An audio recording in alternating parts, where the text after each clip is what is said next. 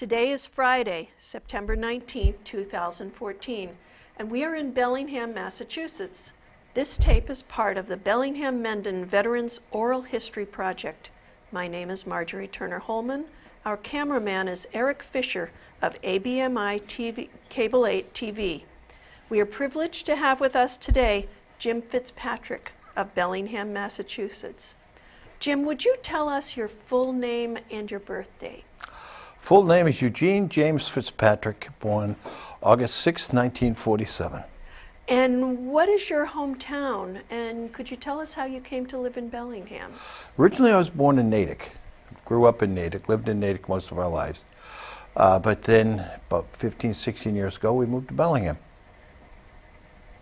All right. And tell us, I believe you have some members of your family who served in the military. Could you tell me who they are? Almost all of them. My father was in World War II.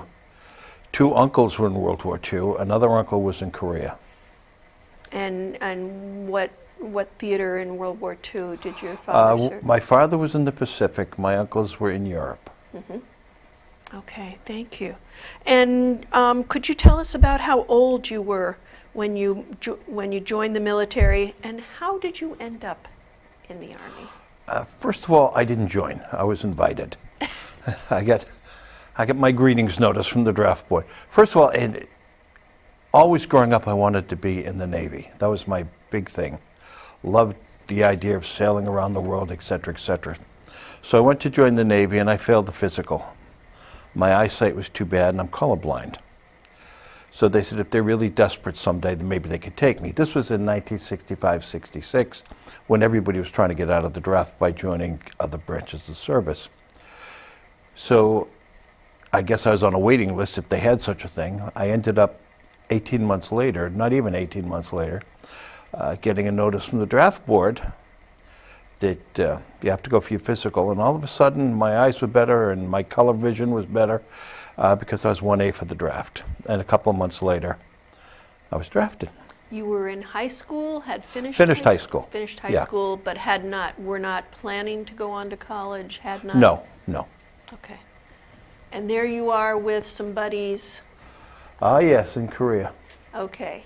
So eventually when you got drafted, you ended up in Korea. Yes. Okay. You talked to me about getting sent to leadership training. I believe this was after boot camp. Yeah. I don't know how they select it. At the end of basic training, you rate your companions. One meaning, we don't care, we'll shoot you before they do, and 5 or 6 meaning that you're the best thing in the world.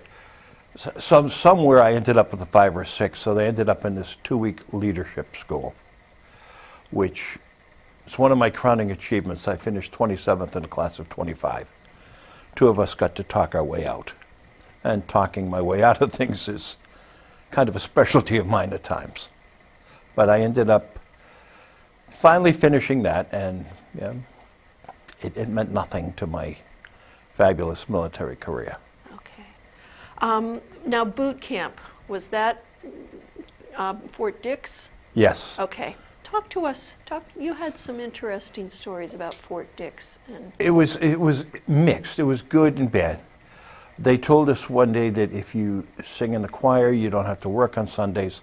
So myself and a friend of mine spent Sunday morning running from church to church singing in choirs, which they were probably happier when we left because singing isn't one of my strong suits. But it was unusual. I can remember the first night I got into the bed, and I'm not very good with the authority and restrictions. And I got into my bunk, and I was lying there. I said, "You can have my body, but you can't have my mind." And I would never allow them to get my mind as much as I could avoid it. But it was difficult at times, and we used to have to run around, and we were right next to McGuire Air Force Base. And that's where a lot of the bodies would come back from Vietnam. And every morning you get up and say, "You're one day closer to dying," which was really, hey, what are you, the morale officer? And then we'd have to run. We'd be jogging around various places, and part of the places we jogged by would be McGuire Air Force Base, where they'd have rows of flag-draped caskets. And that's going to be you someday. And they were very big on boosting your morale. And it was an experience and a half. But it had some fun moments too. A friend of mine, we had KP duty one day. And, oh my God, KP! That you had to do something bad. That was just regular duty. He fell asleep on the broom, and just as he fell forward and pushed the broom, the officer in charge came in. Oh, he's working so. We're all frozen, waiting for him to hit the floor. Oh, he's working so hard. He can have the rest of the day off. You guys pick up the pace for him. So we gave him a Because hard he'd time. fallen asleep, they said he was so tired that he'd worked so hard? Oh, wait, it's an adjustment. They get you up at 4 o'clock in the morning. Oh, for KP, you get up at 3. And he just fell asleep and locked out. It was just incredible. But he was a friend of mine. He was from Holliston, and actually he's later killed in Vietnam, which is kind of traumatic. My sister used to make us cookies, and one day she made us spaghetti and meatballs to send back with us. So it was great. We sat around while everybody else was eating Army stuff, and we were eating home-cooked spaghetti and meatballs. It was quite an experience. It was fun.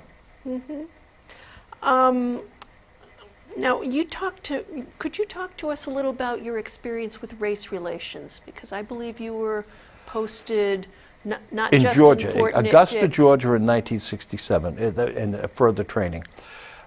And being from the north and being open-minded and stuff. A friend of mine was black, and we got in a cab. We were going to go someplace, and the cabbie pulled a gun on us. He doesn't like black people, and he didn't use the word black. And black people lovers, and again, he didn't use black people. So we decided that this was a good place to get out of the cab, which we did in a hurry. But it was, in that time, in 67 through 69, there was a lot of racial tension. You draft people from Alabama who grew up in the Jim Crow era, and then you have the Northerners, and then you throw in the Northern blacks that are in there, and it created some serious tension, and it created a few fights at times. But there was always that the black soldiers had their clubs, the white soldiers had their clubs, and very seldom did it mix. But on a day-to-day basis, if there wasn't a lot of alcohol involved, people got along reasonably well. But there was that underlying tension. Now, what did you notice when you were like off base? What did you notice as you were? Unfortunately, for the most part, off base, blacks would go to one place, whites would go to another place. Very seldom would be the same, unless you were doing something specific, like golfing or going to a movie or something. Then the mixer would be okay. Okay. Now, you received some special training before you were deployed with the Signal Corps, was it? Yes, actually, I went to communication school, radio operator, teletype operator, and I had a top secret crypto clearance. Now that sounds impressive, doesn't it? It means nothing. I don't know how much it cost back then to get a top secret clearance on anything, but they spend a lot of money. And being a radio operator, teletype operator, and all of that good stuff, I never sent a message, never received a message, never even saw one. But they spent a lot of money doing it. But Army training back then, it was an us against them type of world. They tried to make it as miserable on you as you could, and we'd fight back in any way we could by refusing or doing things sloppy. One of my favorite stories is we got brand new rifles. I mean, we're talking about in the plastic bag. Believe it or not, they send rifles to you in plastic bags. And they said, you got to clean these. Well, they're brand new. They've never been touched. So people would, clean them and get out there, cleaning kit and all that, and they bring it up. This is disgusting. So I go back and redo it. And I was watching it a few times. So finally I said, I'm just going to bring my rifle up there. I gave it to him. This is disgusting. Go back and do it again. Gee, what a surprise. So I went back, sat down, did nothing for 10 minutes, brought it back, and all of a sudden it was clean. It was just part of the game. But in basic training, they decided, no, it was radio school. They decided that you have to learn to drive a standard. Well, I've been driving a Standard since I got my license. But everybody that couldn't drive a Standard got the day off. So I said, I don't know how to drive a Standard. I never drove one before in my life. Oh, we want you to paint those windows. I guess if you can tell the difference between green and brown, I guess there's a big difference. I went in and I took the paint and I painted all the windows in the building. Being colorblind, how did I know it was brown paint?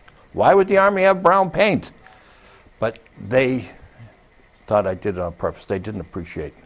I guess it stands out. 4,000 or 5,000 buildings and one of them's brown and the other's green. I guess it shows up a little bit. But there's a lot of strange people. We were at some kind of a train. I don't remember what it was. Picture Times Square on New Year's Eve, the way people are packed in.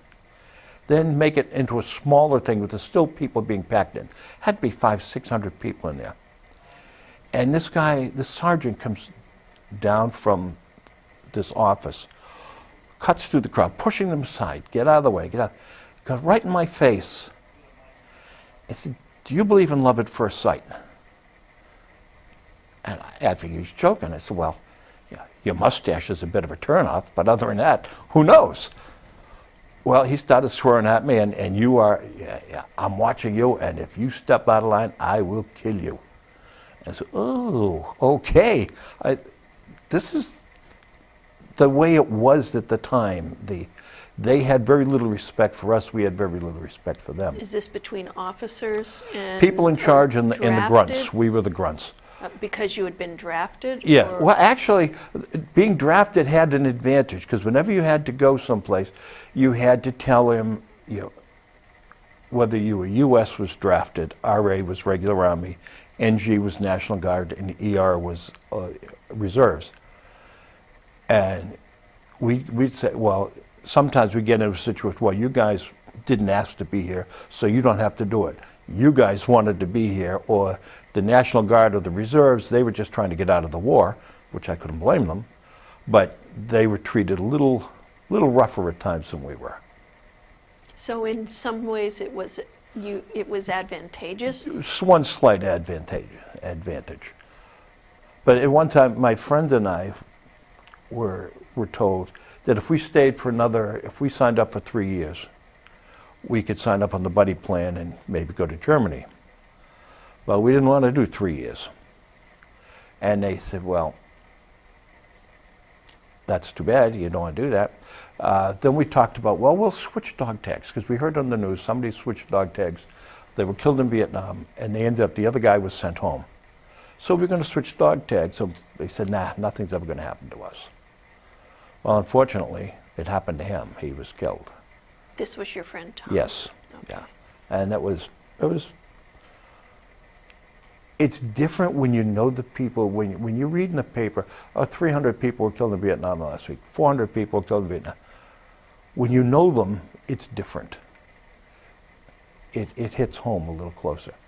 But the military, and this sounds so discharged, but the military in their wisdom decided that I should be a helicopter pilot. They'd send me to helicopter school. I had a few problems with that. A, without my glasses, I can't see the windshield, let alone the ground. And B, all the important landings are color-coded. I mean, I wouldn't fly with me. How could I ask somebody else to do it? It's just, that's how, what it was like. Some of the people that I was drafted with, I'm surprised they lived through it. And some of them didn't. They were sent home. Because we had one poor guy couldn't walk on his feet. He had to walk on his toes. And if he weighed 100 pounds, I'd be shocked. But at that particular time, in '67, boy, I don't know how you could fail a draft physical. You were going, like it or not. So, but managed to get through it. Mm-hmm. Well, tell us about getting posted to Korea and not getting sent to Vietnam. How did that happen? I am probably one of the luckiest people in the world. Right after basic training, I got pneumonia. So they sent me to the hospital for a week. And to make it even better, it was 1967. The Red Sox had just won the pennant the first time in 20 years. The orderly that was in charge of our room was from St. Louis, which the Red Sox were playing at the time. So we ended up watching the World Series. And then at the end of it, he brought in some champagne and we celebrated his team winning.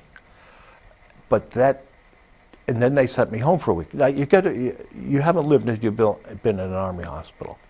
You'd have to get up every morning, make your bed, clean the room, and then get back in bed because you're too sick to be up. But that's the logic of the time. But because of that, everybody that was in the group I was in originally ended up in Vietnam. I ended up in Korea. Because you had Because gotten that 2 separated weeks, from your unit. Yeah, those 2 weeks were enough. Because just as I was near finishing radio school, North Korea took the Pueblo. Tell us some about that. Well, apparently they accused us of having the ship spying on them in their water. This was North Korea. Yes, which we disputed whether or not we were in their water or not, but they kept them for almost a year. I think they got out in December of that year, same year. The staff of the The crew of the Pueblo. But as a result, there was this humongous buildup in Korea. Everybody that I was with, that was graduating at the time, we graduated on Friday, and on Sunday we were in Korea. Wow. And that really, the dateline thing really messes you up. When I came back, I get back 6 hours before I left. And that really throws your system off totally. What time did you leave Korea? Yeah, 3 hours from now. I mean, it was bizarre. Well, now talk to us about your life while you were posted in Korea. We have a couple of pictures of Korea when you were there. It was okay. That's one of the places we stayed. We had our own little barracks, but see all the barbed wire around it, we had security equipment. Because you never know, somebody might want to send you a message someday. They didn't, but we had it in case. But we had to have the barbed wire around it. We had loaded weapons in case anybody came in to steal our messages or whatever. Mm-hmm. But that part was comfortable. It was great to get away from the main compound because there was nothing to do with the main compound. That was. How boring was it, Jim? Well, when we first got there, because we had to get there really quick, they'd get us up in the morning and they'd take an inventory, they'd take a head count, and they'd march us to breakfast, and then after breakfast we'd be marched back and they'd take us again in case somebody skipped out during breakfast. Then we'd have to go sit down in the day room, which was the TV room or whatever, the pool room, but we weren't allowed to watch TV or play pool or any of that stuff. Until noontime, where we'd get up and we'd be lined up and they'd take an inventory and we'd march down to lunch and then come back. They'd count us again and we'd go sit down till 4 or 5 o'clock. This went on for 30 days. Then they decided we should do something worthwhile. So every morning we'd march down to the motor pool, check the gas, check the oil, clean the trucks. They never moved. The trucks? Yeah, no, they were out. But it was important to check the oil and check the gas, I guess in case they evaporated or something. It was just make-up stuff, do something. And that was boring. That's why we ended up out in the field where those pictures were, get me out of here. So we spent 4 or 5 months in a tent and then we moved into a more secure building. Now we have another picture of where you were in Korea. I'm not sure what's... that we can, there it is. What are we looking at here? That was the farmers outside our compound, because I don't know where they picked or chose how to set these things up, but that's where they put our particular building, and it was right next to somebody's farm. You were right on the edge of like a rice field or Yeah. something? Oh my goodness. The people were great. The country was beautiful. If I had the money, I'd go back for a visit. They were very nice people. Okay. Well, now I think you've talked to us some about the draft.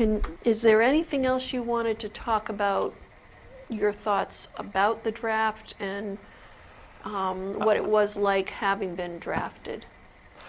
I was aggravated because if I was not healthy enough to join the Navy, how did I get healthy enough to be in the Army? I'm not sorry I went, because of the experience, because of the people I met. And I hated, I just wanted the draft to end. But now, I almost want it back.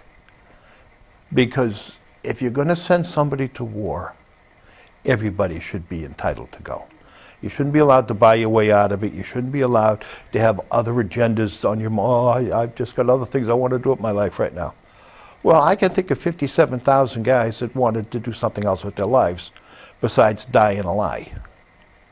And Which was it? You're talking about Vietnam. yes, when you look back at the history of that, it's a disgrace that people died because a president didn't want to be the first one to lose a war.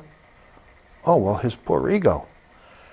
When Johnson left, there were 25,000 dead. When Nixon left, there were 57,000 dead. What happened to the secret plan?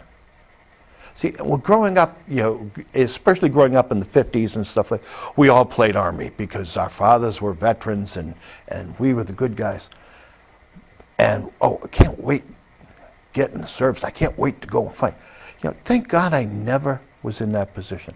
I'd like to think, everybody likes to think, oh, I'm going to be the hero. I'm going to charge up the hill. I don't know if I could do that. That guy up there has a gun and he doesn't want me up there. Would I do it or would I run? I'll never know. Thank God I don't have to look back at it and say, gee whiz, I did it, or God, what a coward I was, because I have a feeling I'd have been a tremendous coward. At one time, I could surrender in 9 languages, so I was making sure that I had all my bases covered.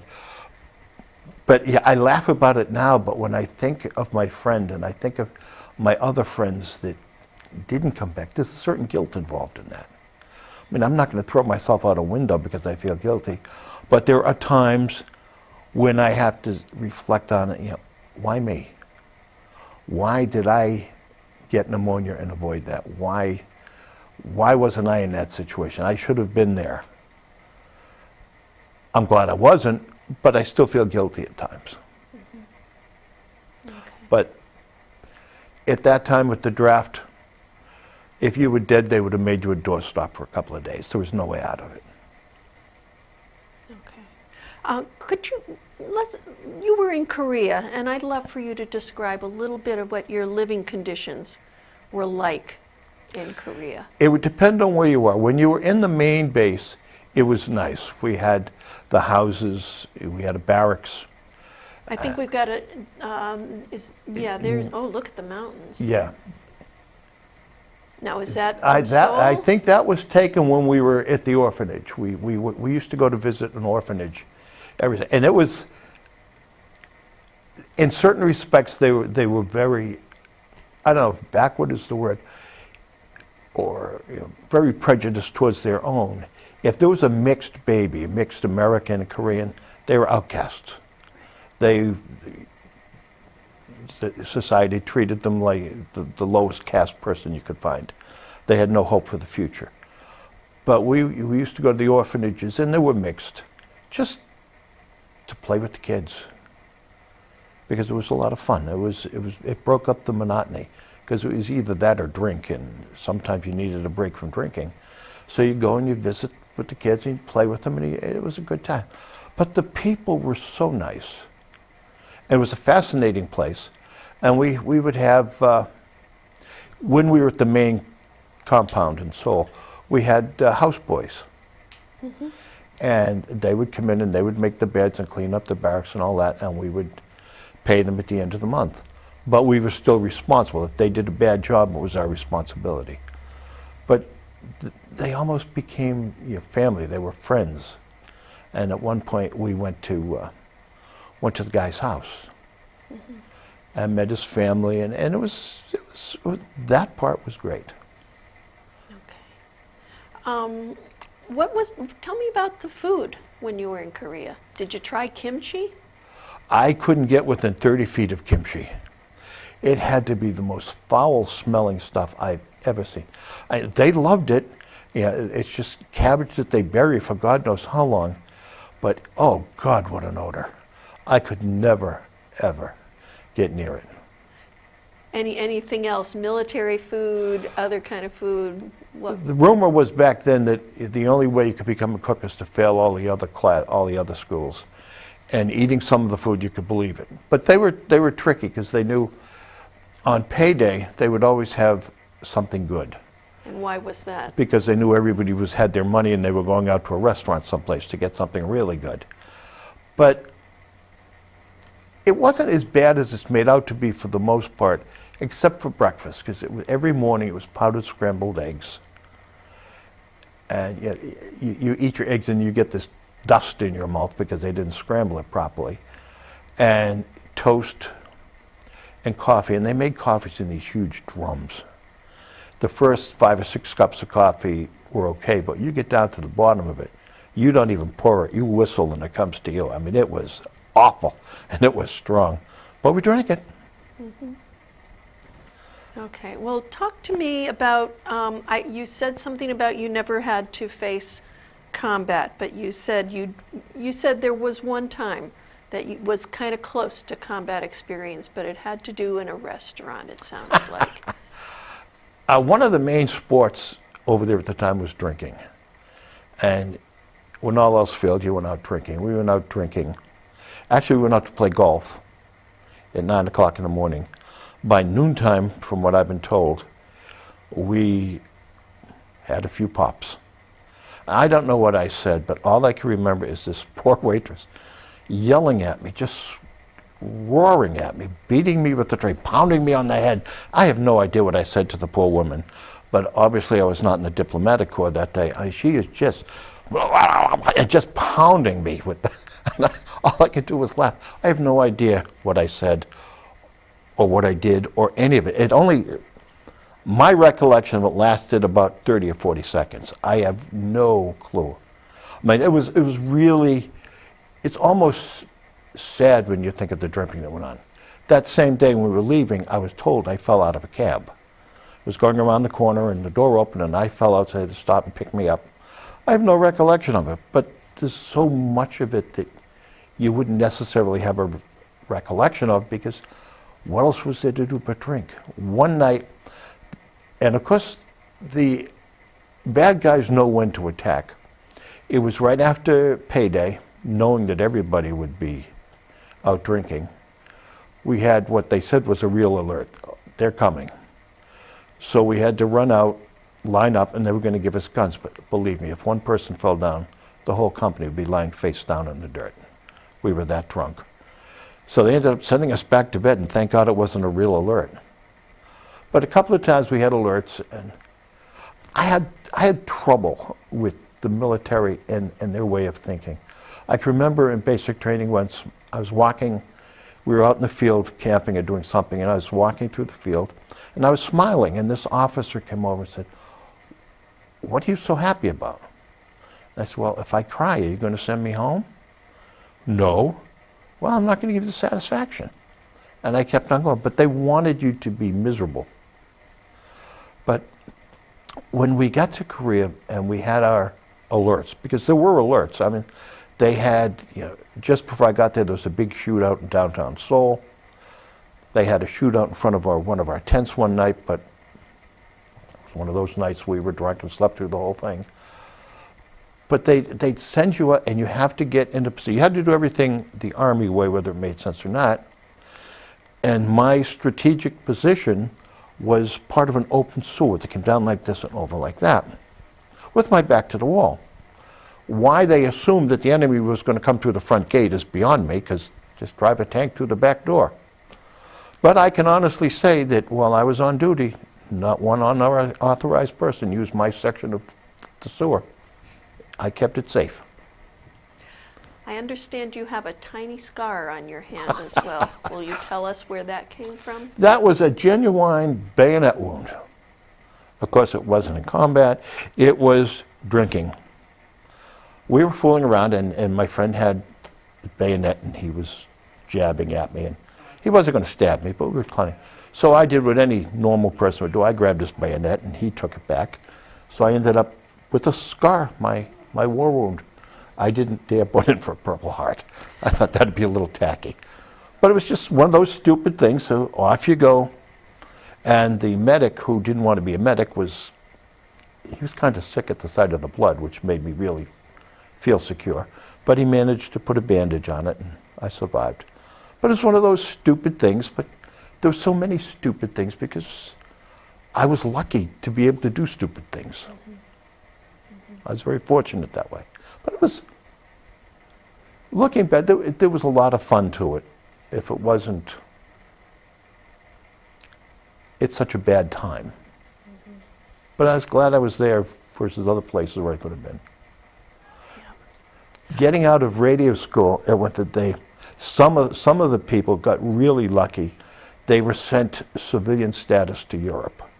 They worked in embassies, so they'd, oh yeah, send me to any place, Luxembourg, Brussels, Germany, I don't care. No, I ended up with the big rush to Korea. Well, we've got some photographs of some of your off-duty experiences. You talked about visiting orphans. Yes. And I think we have a picture of the children. Oh, is that you with Yes, that's me. And at this stage, I have no idea what that poor kid's name was, but had to be 50 or 60 kids in this orphanage. And they're not like you would think of an orphanage in this country. I mean, it was the bare necessities. They had beds, they had a roof over their head. And I'm sure they had a lot of Korean food. But again, yeah, and it's not fair for me to think, because I'm thinking back 40 years ago, and they didn't have TV or any of that stuff. But then, neither did we at the time. Because it just, electronics hadn't caught up at that stage over there. But they were comfortable, they were clean, and they seemed to be happy, and they loved us coming. So we go and we play games and give them a hug. It was fun. And we also have a street scene in Seoul, because that's where you were based first. For the first part and the last part. That's just the scene outside of our base. Now, just to the right of that is where the door where all the bad guys would come in if there was a war. That was where the front gate was. Okay. So we defended it well, at least from my corner of the sewer. Okay. But it was right around there were a lot of junk shops, trading with the GI, getting whatever money they could get from us. Because our money was gold over there. Actually, we didn't have money. We had military money, which was another highlight of my life because the military money was color-coded too. So I had to look at the dollar amount. I couldn't reach in my wallet and pull out a certain color bill. I had to look to see what it was. Tell us about, that's nothing I've ever heard of. Tell us about military money. For some reason, you weren't allowed to have greenbacks over there. U.S. currency. Yes, because it would go into the black market and it would create a lot of problems for them, apparently. I don't really know. But we had to have, I think they're called military payment certificates, MPCs. And they were color-coded bills, the 1s, the 5s, the 10s. And I don't remember if it went to 20s or not. It might have. But each one was a different color. And was it generally accepted? It was accepted on all military bases, and even outside in the communities, they would accept it because it wasn't worth as much to them as a greenback dollar would be, but it was better than what they had. Mm-hmm. But it was just like regular money. Mm-hmm. It just was different colors. And it was, okay, so the different colors were the different dollar amounts? Each amount was a different color. The 1s were one color, the 5s were a different color, the 10s were a different color, and the 20s. Oh, golly. Don't Okay. ask me what colors they were, because I didn't know then, I don't know now. Well, that must have been, was that hard being colorblind? You adjust. You just have to, you can't just reach in and pull out a certain color bill. You have to check the amount, because it was written on it what color the amount was. So I'd always have to look to make sure that I wasn't giving somebody the... Oh, how funny. I already had enough trouble with color in the Army. I didn't want more. All right. We have one other picture. You mentioned about your houseboy. Yes. And how fond you were of him. And it's And we have a picture of him. almost a and his derogatory term to call them houseboys, because they were, actually, those are his feet, and that's his daughter. And like any I think she was about 5 or 6 at the time. I see another little one right next to him That as was the well. son. Okay, She would not look at the camera. his little girl. Very shy. But he was one of the nicest people you could ever want to meet. So houseboys, he was an adult with family. Yes. Okay. Yeah, they said, and that's why it's a derogatory term. He was about 30, early 30s. But just a nice man. And what did he do for you personally, or for the whole barracks? He had the whole barracks.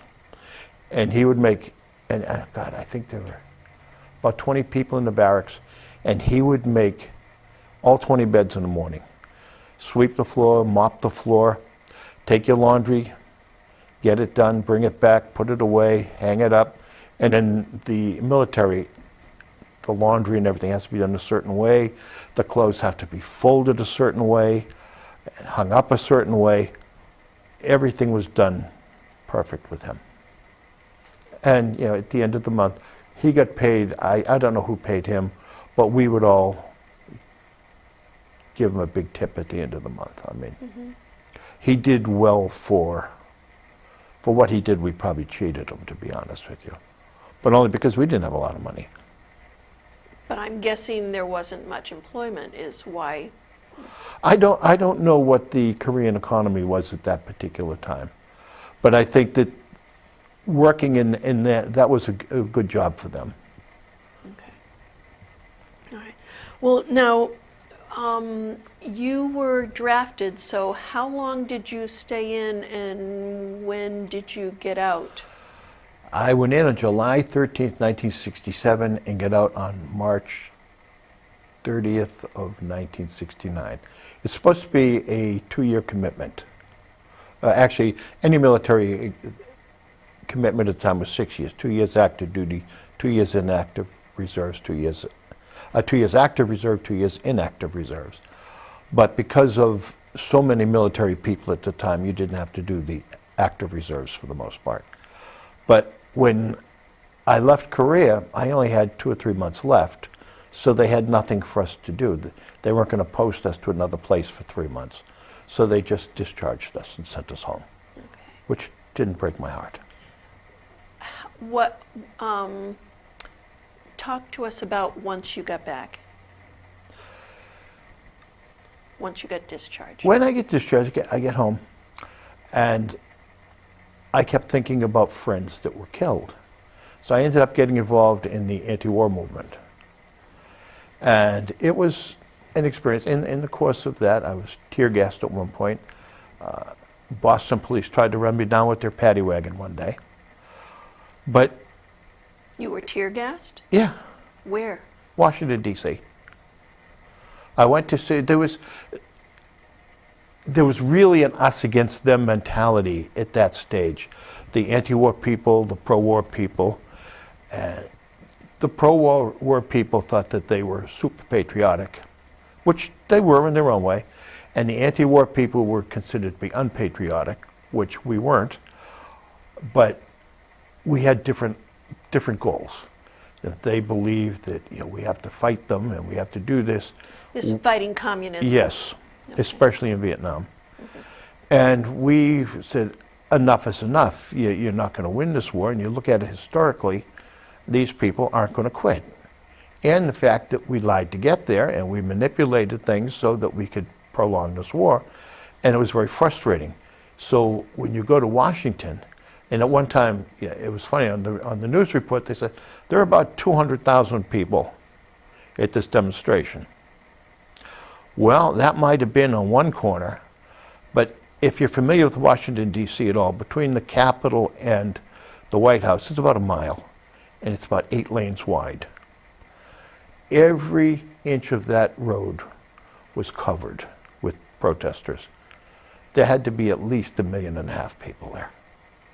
But you have to, the political games were played at the time. Well, we don't want to look weak. We don't want to lose a war.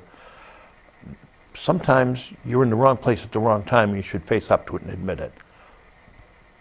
One of the greatest statements I ever heard was when John Kerry was speaking before the Senate committee, Who's now our Secretary of State. yes, when he asked, how do you ask someone to be the last person to die for a mistake? And that's a great question. The people that sent you there, they weren't sending their kids there. They were sending your kids or you. If you're going to be gung-ho for war, send yours first. Or don't allow them to escape. And we went to D.C. and you go to Washington, D.C. and oh my God, these long hair hippies. And actually it was a thrill back then because I actually had hair. And the police would be out. When I went to Nixon's second inauguration, they had guns on top of every roof, cops on top of every roof. But at one time prior to that, they decided that they had to break up the demonstration, so they fired tear gas. I didn't get it badly, I just got the tail end of it, a whiff of it. But when I was in the Army, we had to be tear gassed to show us what it was like. And it's not an experience you want to have too often. But in Boston, there was a demonstration, and the police had a tendency to be more conservative, more, in their minds, patriotic. And I'm not, everybody had a certain amount of right and a certain amount of wrong back then. And they decided that they were going to clear the streets, and they came flying down the street in the paddy wagon with the door opened to see how many people they could hit and knock off the street. But fortunately, saw them coming and get out of the way. So, We saw them coming and we get out of the way, and we avoided injuries. But at one point, and this is how crazy it was, I was nobody important. I was just somebody that wanted the war to end. And you got mail from Washington, various anti-war groups. It always came opened. Somebody was opening your mail when it was coming in. meaning it was getting censored. Somebody was. Okay. And we're not talking national security here. We're talking, hey, there's going to be a demonstration 3 weeks from now at such and such a place. It's all public information anyway, but I guess anybody involved would get their mail opened. I don't know why. But then my eligibility for 2 years active duty expired in July. Early July, I got a notice I had to go for 2 weeks. And again, they had no use for us. Nothing for us to do. But it was their way of showing, hey, we're watching, we're still in charge, we got you. So you humored them for another month, another 2 weeks. Now, talk to us about what you've done since you've been discharged, work that you've done, and Well, I worked in various jobs in the beginning. I worked at an electronics company making, I don't even know what they're called anymore, but then a friend of mine asked me to go to work for him at his printing company. So I was printer for a while. But then, my wife and I had a special needs daughter who is just a trip and a half. She's the best thing that ever happened to us. And we started getting involved with her treatment and her behaviors and how to deal with it and how to work through it. As a result of that, I ended up getting a job working with children under 22 in a group home setting. And that was just fabulous. It was a lot of fun. And after that, I ended up leaving there and going to work for adults, running group homes for special needs adults, which was even a greater experience, because some of them really required a great deal of care. Others, unless they started acting up, you wouldn't know what it was like and what they were like. But it was great. So many interesting things. There's many nights I was beaten up, scratched, kicked, but you don't mind because you know they can't help it. We used to have one young lady, and people always say, oh, that's not true, but it was true. She would pull her teeth out and throw them at you if she was angry. And after a while, she was running out of ammunition, but still, it's not something you really want to see. But we had one young lady that I was God's gift to this girl. And every time, she'd want to work with me or whatever, and we'd sit down, and all of a sudden she'd reach over, and with her nails, she'd just scratch from my face down across my chest. And then you'd have to go through the restraint routine and all of this until she got herself under control. But it never bothered you. There were stupid people and there were mean people outside who do mean, stupid things. But these folks, they couldn't help it. So it never really bothered you. No matter how many. Never bothered you. Well, a lot of the people, no, because they are who they are. Mm-hmm. And I have one of them. Mm-hmm. And my feeling is if I do right by them, hopefully somebody will do right by her. Mm-hmm. And so far it's worked. But even today, I'm still marginally involved. I run a meeting last Tuesday of every month called Taking Control of Your Life. Therefore, the more capable. And you have to be careful because so many people, you got to be careful how you word this because it won't be politically correct. But the more capable ones that they want to come and you're not jail guys. Make decisions and encourage them to make decisions. They have rights and people forget their rights. And now I've just become involved with their Human Rights Committee, which is a state mandate for any facility that has special needs people. You have to have a Human Rights Committee to look over their rights. So this is a volunteer position yes, because you're retired? Everything's volunteer. Yeah. They wanted to pay me, and I didn't want to say this, it sounds stupid, but they wanted to pay me for the Taking Control of Your Life meeting. And I wouldn't take money for that because everything we say in there is confidential unless it involves health and safety or a severe human rights violation. But it was their chance to come in and complain or say, hey, this happened, or how should I handle this? Well, do this, that, or the other thing. But if somebody was really, they insist I take a shower at 5 o'clock in the afternoon. Well, who wants to take a shower at 5 o'clock in the afternoon? So we would have to, go through the channels and correct the situation. But it's fun. It's enjoyable. Wonderful. Anything else that you want to add that we didn't talk about in this interview that you'd like to make sure and include? I wish I could talk to my friend. Your friend Tom? Yeah. You miss him? Yeah. Yeah. I'm so sorry. But that's it. Mm-hmm. I sometimes wonder why him and not me. Mm-hmm. But that's the way it goes. Mm-hmm. But I want to thank you for the opportunity to do this. You're so welcome. It's been fun. Thank you so much, Jim. We've been speaking today with Jim Fitzpatrick, veteran of the U.S. Army. Thank you for joining us. Thanks to ABMI for their support of this Veterans Oral History Project. This program is also supported in part by a grant from the Bellingham Cultural Council, a local agency which is supported by the Massachusetts Cultural Council, a state agency.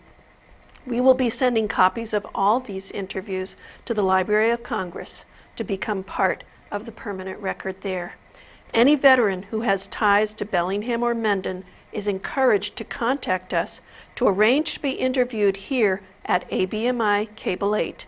Please call the station at 508-966-3234 or email me, Marjorie Turner Holman, marjorie@marjorieturner.com. The phone number for the station and my email will be in the credits at the end of the program. Each person's story is unique. We'd love to hear them all.